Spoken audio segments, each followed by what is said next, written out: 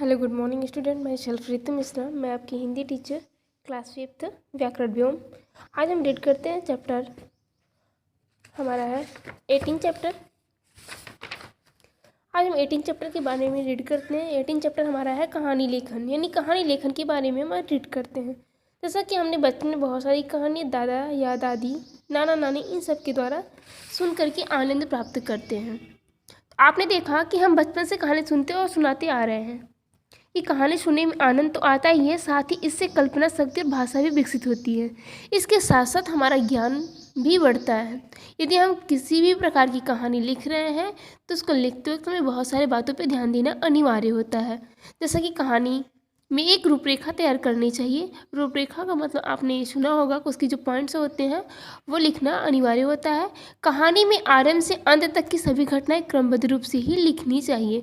कहानी में छोटे छोटे वाक्य लिखने चाहिए।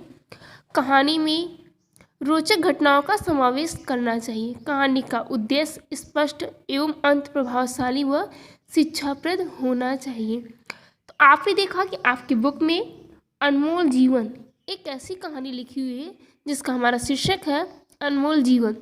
यानी किसी देश में राज सिंह नाम का एक राजा राज्य करता था। एक बार उसने अपने मंत्री से कहा कि मंत्री जी, पता लगाइए कि इस संसार में कौन से ऐसे जीव जंतु हैं जिनका कोई उपयोग नहीं है। राजा की आज्ञा मंत्री ने बहुत खोजबीन की और राजा को बताया कि महाराज, संसार में जंगली मक्खी और मकड़ी ऐसे जीव हैं जिनका कोई उपयोग नहीं है।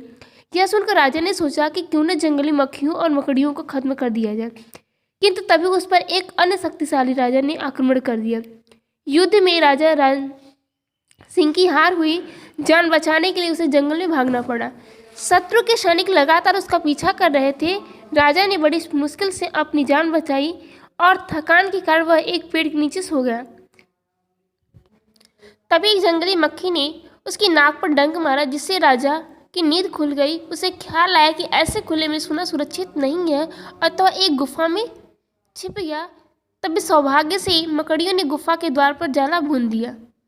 शत्रु के सैनिक राजा को यहाँ वहाँ ढूंढते हुए गुफा तक आ पहुंचे, लेकिन द्वार पर घना जाला देखकर आराम में कहने लगा, अरे चलो, इस गुफा में राजा नहीं है। यदि वो यहाँ होता तो द्वार पर बना यह जाला नष्ट हो जाता। गुफा में छिपा बैठा राजा ये बातें सुन रहा था।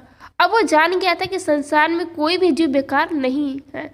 अगर जंगली मक्खी और मकड़ी ना होती तो उसकी जान कभी न बच पाती। यानी कहा जाता है संसार में प्रत्येक जीव का महत्व होता है।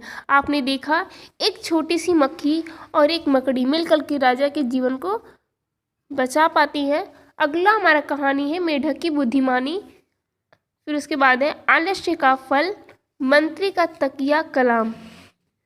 जैसा कि आपके अभ्यास कार्य में दिया हुआ है, लालच बुरी बला, बुद्धिमान खरगोश, मूर्खों को सीख, सोने का अंडा। बेटा ये आपका कहानी शीर्षक है। इसको अपने आप नोटबुक में राइट करेंगे। जैसा कि आपने सुना होगा कि लालच बुरी बला, यानी ऐसे आपने बहुत सारी कहानियाँ सुनी होंगी जिससे आपको क्या होता है कि लालच नहीं करना चाहिए। बुद्धिमान खरगोश की कहानी आपने सुना है, मूर्खों को सीख और सोने का अंडा। जैसा कि आपने सोने के अंडे वाली कहानी अपने क्लास 3rd या 4th में रीड की हुई है। तो बेटा इस चारों कहानी यानी चारों शीर्षक को अपने नोटबुक में राइट करेंगे। Okay, thanks.